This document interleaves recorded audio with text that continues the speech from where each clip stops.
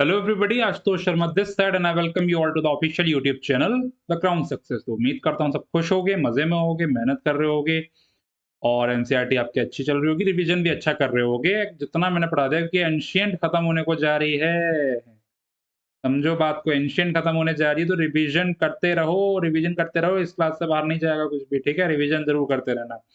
तो बेसिकली हमने Pallava kingdom, Pallava dynasty के बारे में पढ़ लिया था, लेकिन एडमिनिस्ट्रेशन तक पढ़ पाए थे। सोसाइटी और ये art and architecture, fine arts वगैरह ये सब हमने नहीं देखा था। तो वो चीज़ हम देख लेंगे आज के लेक्चर में, और अगले लेक्चर में चालुक्य और राष्ट्रकूटास को कवर कर देंगे। तो बेसिकली अभी इसके अलावा अगर निकले तो या तो अगले लेक्चर में सारा कवर हो जाएगा, या फिर 2 लेक्चर और इसके बाद उसमें सब कुछ कवर हो जाएगा। तो चलो फिर ज़रा अभी एकदम स्टार्ट करते हैं बिना किसी देरी के, ठीक है? तो सबसे पहले पेन देते हैं। एडमिनिस्ट्रेशन में आपको पढ़ा चुका था लास्ट लेक्चर में, जिन्होंने नहीं देखा देख लो, टेलीग्राम चैनल पे ज्वाइन हो जाओ, वहां पे आपको लिंक मिल जाएगी। व्हाट्सएप पे फॉलो कर लो क्योंकि व्हाट्सएप सब चलाते हैं, डिस्क्रिप्शन में आपको लिंक मिल जाएगी। सभी चीजों के चैनल टैब में भी आपको ऊपर मिल जाएगी, ऊपर जो लिंक्स आती है ना लिखी हुई, उसमें भी आपको मिल जाएगी, ठीक है? तो व्हाट्सएप से ऐड हो जाओ, वहां पर आपको लिंक मिल जाएगी अच्छे से, व्हाट्सएप में फॉलो कर लो। और इंस्टाग्राम पे अगर आपको डायरेक्ट डीएम करना है, कुछ डाउट पूछने, तो आप इंस्टाग्राम पे डायरेक्ट पूछ सकते हो।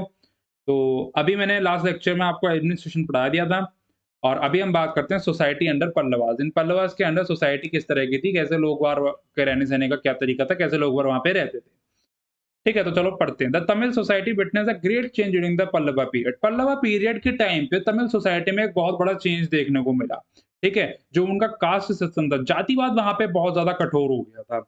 तो ब्राह्मण्स वगैरह जो थे, Brahmin occupied a high place in the, Brahmins को सोसाइटी में बहुत ही हाई प्लेस दे दी गई कि ये सबसे ज़्यादा सुपीरियर कौन है, सबसे ज़्यादा अव्वल कौन है? ब्राह्मण्स हैं।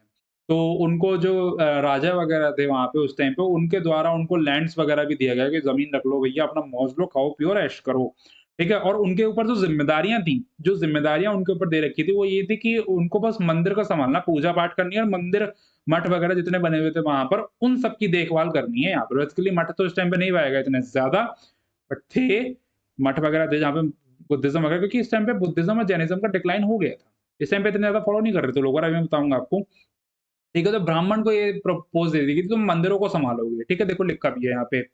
दे were also given the responsibility of looking after the temples. Temples को सँभालने की ज़िम्मेदारी ब्राह्मण्स को दे दी गई थी, ठीक है? और पल्लवा पीरियड में एक चीज़ और देखी गई है कि यहाँ पे बुद्धिज़्म और जैनिज़्म से ज़्यादा शैविज़्म का प्रचार यहाँ पे बहुत ज़्यादा देखा। शैविज़्म कल्चर जो है वो बहुत ज़्यादा यहाँ पर संरक्षण में आया है, ठीक है?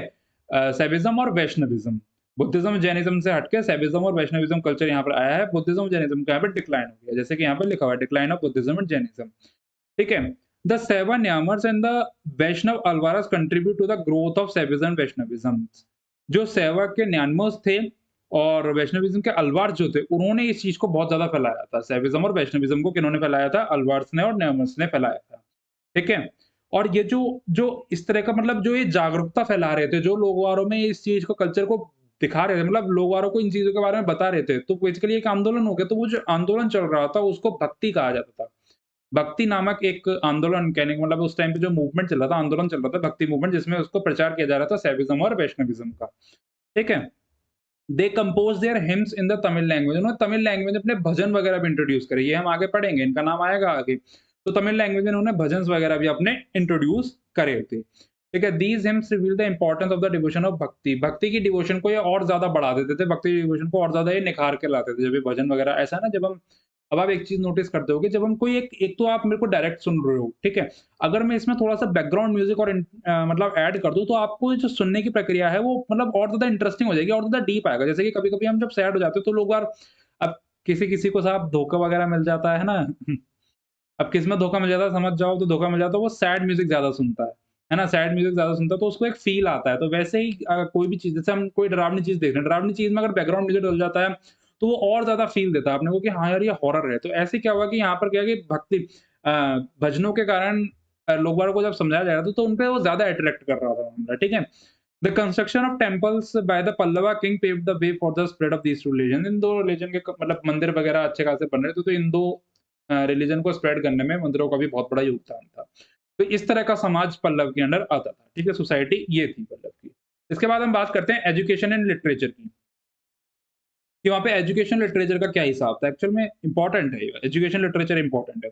The Pallava were great patterns of learning, actual में ये था कि वो ना शिक्षा को बहुत ज़्यादा महत्व देते थे, जैसे कि मैंने आपको लास्ट लेक्चर में बताया। पल्लव शिक्षा को बहुत ज़्यादा महत्व देते थे। वो चाहते थे कि एजुकेशन बहुत इंपॉर्टेंट है, ठीक है? जो उनकी कैपिटल थी कांची, वो सबसे ज़्यादा मेन, ये कह लो कि मेन वहाँ पे ब्रांच थी, मतलब सभी इंस्टीट्यूशन जितने भी एकदम, कांची एक ऐसी जगह थी जहाँ पर सबसे ज़्यादा पढ़े-लिखे, जहाँ पर सबसे ज़्यादा शिक्षा का महत्व है। कांची सबसे ज़्यादा डेवलप है एजुकेशन के मामले में। एक घटिका जो कांची में थी, ghatika at Kanchi was a popular and it attracted student from all parts of India and abroad. Actual में घटिका एक बेसिकली संस्थान था, वहाँ पर पढ़ना था, वहाँ पर लोग जहाँ जिसने अपने इंडिया के ही नहीं बल्कि अब्रॉड के बच्चे भी कैप्चर किए, जहाँ पर लोग बाहर दूर-दूर से पढ़ने वहाँ पर आते थे, जो कि कांची में घटिका नामक एक इंस्टीट्यूशन था, ठीक है? The founder of the Kadamba dynasty के जो फाउंडर थे, जिनका नाम है मयूर शर्मन जिनका नाम है, उन्होंने कांची में वेदास का, वहाँ पे वेद पढ़ाने का, जो उन्होंने वेदास वगैरह जिन्होंने शुरू करे थे, वो कौन थे? मयूर शर्मन, कदम्बा डायनेस्टी के फाउंडर, ठीक है? और इसके बाद Dignaga, a Buddhist writer came to study at Kanchi. Kanchi में पढ़ने के लिए दिगनागा एक बुद्धिस्ट राइटर थे, वो पढ़ने के लिए आए थे। धर्मपाला ध्यान रखना कौन है, कमेंट करके बता दो। Dharmapala who later become the head of the, वैसे तो लिखा ही है इसमें। Dharmapala who later become the head of the Nalanda university belong to, Kanchi से बिलोंग करते, जो नालंदा यूनिवर्सिटी के हेड बने थे धर्मपाला। मैंने आपको अभी आई थिंक थर्ड लास्ट या फोर्थ लास्ट लेक्चर में पढ़ाया धर्मपाला के बारे में। Who later become the head of the Nalanda university के जो बाद में हेड बने थे, वो भी कांची से बिलोंग करते हैं। ये चीज़ तो मैंने उस टाइम भी पढ़ा दी थी आपको। Bharavi the great Sanskrit scholar lived in the time of सिमा विष्णु, यहाँ पर है। भरावी द ग्रेट संस्कृत स्कॉलर हैं एक भरावी, जो सिमा विष्णु के टाइम पर जो एग्जिस्ट करते थे। उसके बाद और दूसरे संस्कृत लिटरेचर हैं कौन? नरसिम्हा वर्मन सेकंड। महेंद्र वर्मन का first composer, Mahendra Varman first जो थे, उन्होंने एक प्ले कंपोज किया था जिसका नाम थोड़ा अजीब सा है, पढ़ते हैं जरा इसको, थोड़ा सा समय लगेगा पढ़ने में। मताविलस्त प्रहसनम, प्रहसनम एक प्ले था, जो संस्कृत प्ले था बेसिकली, जो उन्होंने कंपोज किया था महेंद्र वर्मन फर्स्ट। जैसे एग्जाम में आ जाता है question. Tamil literature has also developed, Tamil literature वहां का विकास होने लग गया था। तमिल लिटरेचर का the Nayanmars and the Alvars compose religion hymns in Tamil. जो न्यानमर्स और अलवर्स मैंने बताया था ना, उन्होंने भजन वगैरह जो थे वो तमिल में ही उन्होंने कंपोज किए थे। द देवरन कंपोज बाय न्यानमर्स एंड द, ये बड़ा अजीब सा नाम आया है सामने, नलाय दिव्या प्रबंधम, नलाय नलायरा दिव्या प्रबंधम, नलायरा दिव्या प्रबंधम एक कंपोज की थी किन्होंने? अलवर्स ने। और देवरम कंपोज की थी न्यानमर्स ने। ये भी बेसिकली लिटरेचर ही है, ठीक है? रीजनल लिटरेचर, रिलीजियस लिटरेचर है। पल्लव पीरियड के टाइम पे ये इंट्रोड्यूस किए गए थे। पेरुंदिविनार was patronized by Nandi Varman II and he translated the Mahabharata. Nandi Varman second के टाइम पे पेरुंदिविनार को संरक्षण दिया गया था, जिन्होंने महाभारत को ट्रांसलेट कर दिया था तमिल में, जिसका नाम दिया गया भरत बेनवा। महाभारत को ट्रांसलेट कर दिया गया था तमिल में, जिसका नाम क्या दिया गया? भारत बेनवा, ध्यान रखना। उसके बाद अब बात करते हैं Nandi ककल्लबगम, Nandi कलम्बगम was another important work, but अजीब से ही नाम है यार, क्या कर सकते हैं। was another important work but the name of the author of this work is not known। ये भी एक important work है, लेकिन इसका जो author का नाम है वो हमको नहीं पता, हमारे पास sources नहीं है। Music and dance also developed during this period। Music और डांस भी यहाँ पर बहुत ज्यादा डेवलप हुआ है, ठीक है? तो ये उनका एजुकेशन और लिटरेचर, अभी म्यूजिक और डांस के बारे में आगे पता चलेगा आपको। उसके बाद हम बात करते हैं आर्ट एंड आर्किटेक्चर की। ये क्या आर्ट एंड उसके आर्किटेक्चर वगैरह वहाँ पे लोग इस्तेमाल करते थे, क्या था? It was a great age of temple building. ये कहा गया है पल्लव के टाइम पे सबसे ज्यादा मंदिरों का निर्माण हुआ है। The Pallava introduce the art of excavating temples from the rock.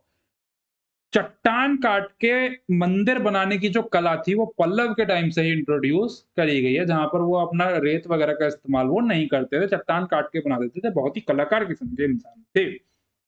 In fact, the Dravidian style of temple architecture began with the Dravidian style जो है टेम्पल का, जो Dravidian style है वो भी पल्लव के टाइम से ही इंट्रोड्यूस हुआ है।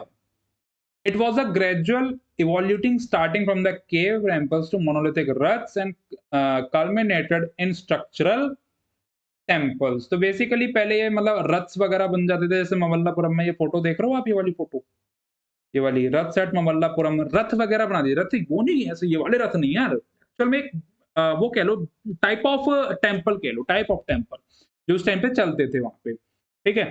तो the development of temple architecture under Pallava can be seen. जो ये मंदिरों का निर्माण हुआ है ना पल्लव के टाइम पे, ये 4 स्टेजेस में देखा गया है।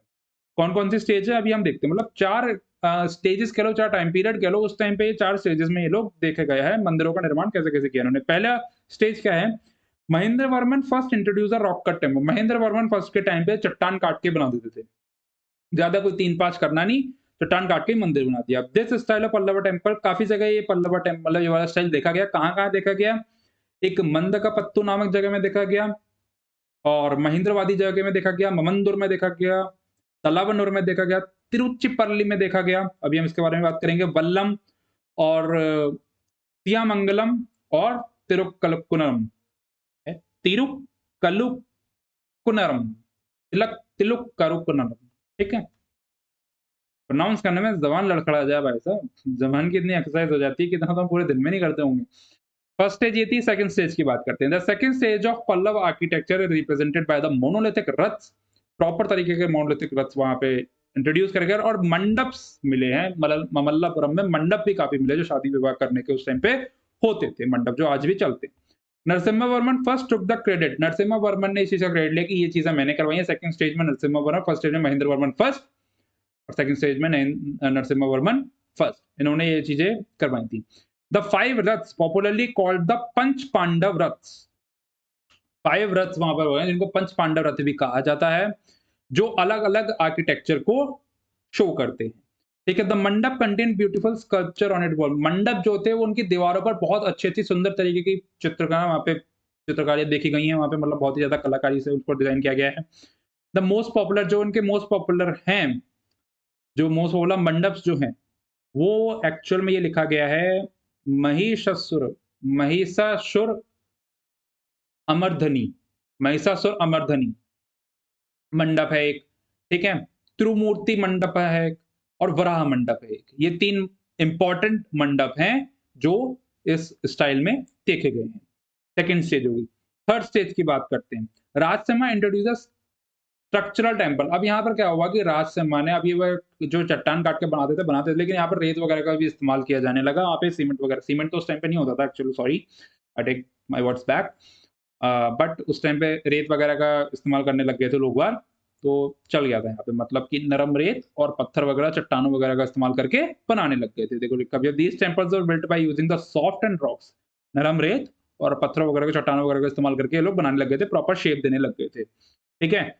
The Kailashnath temple at Kanchi. Kanchi में कैलाशनाथ टेम्पल, इसका ये जो टेम्पल आप देख रहे हो ना, ये वाला टेम्पल, ये ये जो टेम्पल है, ये सबसे ज्यादा इंपॉर्टेंट सोर्स है यहाँ का।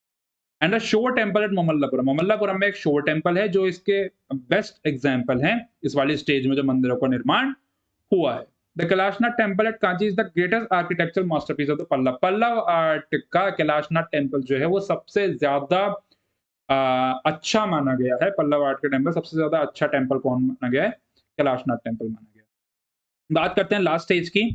The last stage of the Pallava art is also represented by structural temple. इसका भी स्ट्रक्चरल टेम्पल ही है, इसमें ज्यादा कुछ बेसिक नहीं हुआ है, बट इस टाइम पे एक्चुअल में पतन शुरू हो गया था, तो ये कुछ एंड के कुछ टेम्पल्स वगैरह बचे हैं, तो उनको लास्ट स्टेज में डाल दिया है। जो इंपॉर्टेंट टेम्पल है उनका देख लेते हैं। वैकुंड वैकुंडा पेरुमल टेम्पल है, ठीक है? मुक्तीश्वर टेम्पल है और मतगणेश्वर टेम्पल है कच्चीपुरम में, जो इस स्टेज से बिलोंग करते हैं। The Pallava had also contributed to development of the sculpture। Sculpture का डेवलपमेंट भी देखो, शोर टेम्पल कुछ ऐसा है, अगर आप ममल्लापुरम जाके विजिट करोगे तो बताना मेरे को भी, ठीक है? The Pallava had also contributed to the development of sculpture। apart from this sculpture, एक ओपन आर्ट गैलरी भी एक इंपॉर्टेंट मॉन्यूमेंट है ममल्लापुरम में। बेसिकली पल्लवा का ना, ममल्लापुरम जो है, कांची और ममल्लापुरम, ये बेसिकली बहुत ज्यादा इंपॉर्टेंट सोर्सेज यहाँ से हमको मिले हैं। सबसे ज्यादा सोर्सेज इसी यही जगह पे पाए गए हैं, ठीक है? वो open art gallery important monument है ममल्लापुरम में, जो इसकी ब्यूटी को दर्शाता है। इस टाइम पे जो कुछ भी हो उसकी ब्यूटी को दर्शाता है। वहाँ पे अलग-अलग तरीके के चित्रकारी, अलग तरीके की मूर्तियाँ हैं वहाँ पर, और जो अर्जुन ने तपस्या की थी, देखो लिखा भी है, penance of Arjuna is also called a fresco painting in stones, मतलब अर्जुन ने तपस्या की थी, वहाँ पे पेंटिंग में वो ये चीज़ें बनाई गई हैं, अच्छे से मतलब दर्शाई गई हैं। ठीक है? The main details as well as the theme of the sculpture such as the figure. अब यहाँ पर जो जिस तरह की वो बताई गई ना, मतलब फिगर्स वगैरह जो पाई गई, जैसे एक्चुअल में देखो लिखा है यहाँ पे लाइस पिकिंग मंकी, लाइस पिकिंग मंकी मतलब बंदर जूं ढूँढता हुआ बंदर की जो पिक्चर है ना, ऐसा मतलब जूं ढूँढता हुआ, ये वाले जो स्टाइल होते हैं, वो वाला। तो जूं ढूँढते हुए, जो जूं होती है ना बालों में, जो जूं आ जाती हैं, तो वो ढूँढता हुआ बंदर हो गया, इस तरह की पिक्चर्स थी। बड़े-बड़े साइज़ के हाथी हैं, वहाँ पे ये पिक्चर्स है, तो इस तरह के पिक्चर्स। और एस्थेटिक कैट मतलब तेजस्वी बिल्ली जो होती है, खड़े होके जो ऐसे करके फ़ोटो खिंचवाती है, हमने स्टाइल में भैया फैशन में, पता नहीं क्या-क्या होता है भैया आजकल तो। तो ये तेजस्वी बिल्ली जो है इस तरीके की वो जो है, मतलब इस तरीके की पिक्चरें वहाँ पर पाई जाएँगी, ठीक है? तो ये बेसिकली आपका आर्ट एंड आर्किटेक्चर कुछ इस तरह का था वहाँ पे। फाइन आर्ट्स की बात कर लेते हैं, म्यूज़िक एंड डांस का यहाँ पे इंट्रोड्यूस हो चुका था। देखिए music, dance and painting had also developed under the patronage of the Pallavas. Music, dance वगैरह पेंटिंग का बहुत शौक था। मुझे ये बताओ, उस रूलर का मुझे नाम बताओ, मैंने कल पढ़ाया था जिसको डांस में और ये म्यूज़िक में सबसे ज़्यादा रुचि थी, उसका नाम कमेंट करके आप बताओ, क्वेश्चन है आपके लिए। ठीक है?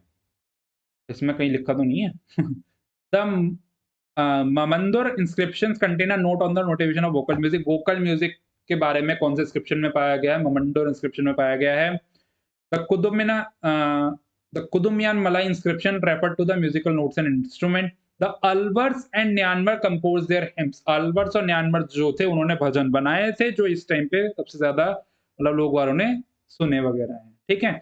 डांस एंड ड्रामा, डांस और ड्रामा भी लोग बार कमाने का ज़रिया बना लिया था लोगों ने, कि ड्रामा कर के लोग बार दिखाते थे, और एक आना, दो आना जो भी वहाँ पे चलता था उस टाइम पे, उसको देख के वो लोग कमाई वगैरह अपनी करने लग गए थे।